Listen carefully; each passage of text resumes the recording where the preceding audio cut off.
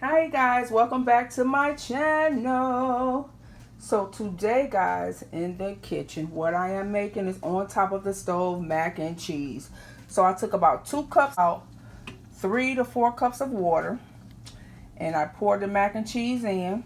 I let it cook for about 14 minutes. You don't want it to get too soggy, okay? In a big pot. I took a half a stick of butter. You're going to use 3 to 4 cups of mild cheddar. I have a cup of milk, 2 teaspoons of salt, and then I have me some seasoning salt for my seasoning supreme seasoning salt. And you guys going to see what I'm going to do with the salad topping at the end, McCormick. So I already boiled the mac and cheese. I rinsed it off. Now I am adding my butter. I'm gonna have my stove on medium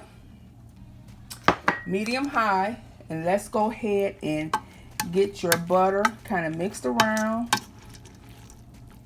Okay, I rinsed it off already real good. You want to get some of that starch, and you're going to pour in your milk accordingly. Some people like it soupy, some people like your macaroni kind of thick.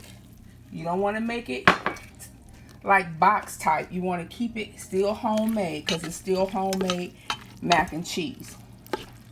Now the reason for the teaspoons of salt, you're going to use that when first boiling the mac and cheese. Add your 2 teaspoons of salt while cooking. Stir it up so that your pasta will not stick. I learned it from my mom. Okay, I rinsed it off, and here we are.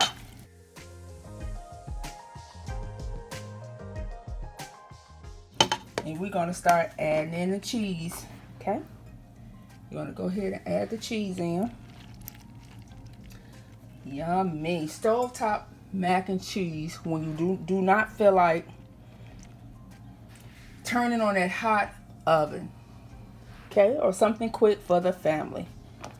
And while the milk and everything thicken up and the cheese is going, I'm going to add about 2 teaspoons of seasoning salt. But meanwhile, you are going to also taste it just to make sure you're not putting too much seasoning. Put your seasoning salt that you use in your mac and cheese, and we're going to stir this for about a good 5 minutes to the cheese melt, and I'm going to come back and show you what we're going to do next. Okay guys, look at that. Look at that. Easy on top of the stove mac and cheese.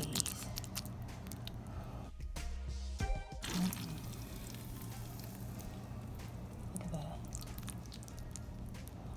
Yummy. Easy. Now I myself is going to go ahead and top it with a little of the salad topping, just to give it a little crunch. You can use breadcrumbs, salad toppings, whatever you think will work.